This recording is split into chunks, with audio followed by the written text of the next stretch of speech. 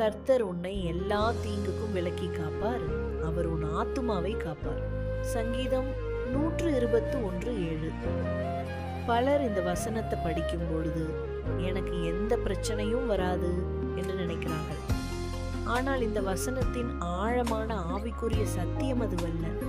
தேவன் உன்னை சோதனையிலிருந்து விலக்குவார், ஆனால் சோதனையின் நடுவில் உன் ஆத்துமாவை காப்பார் என்று வாக்கு கொடுக்கிறார். யோசேப்பு சிறைக்கு சென்றான், தானியேல் சிங்க குகைக்கு சென்றான், பவுல் அடிகளையும் சிறையையும் அனுபவித்தான். ஆனால் அவர்களுடைய ஆத்துமாவை யாராலும் வெல்ல முடியவில்லை.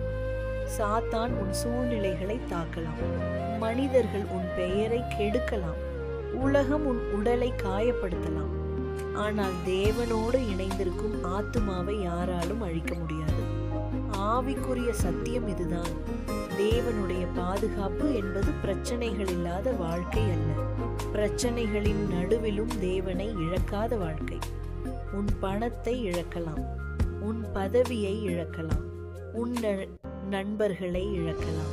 ஆனால் உன் ஆத்துமா தேவனுக்குள் பாதுகாக்கப்பட்டிருந்தால் நீ எதையும் இழக்க மாட்டாய்.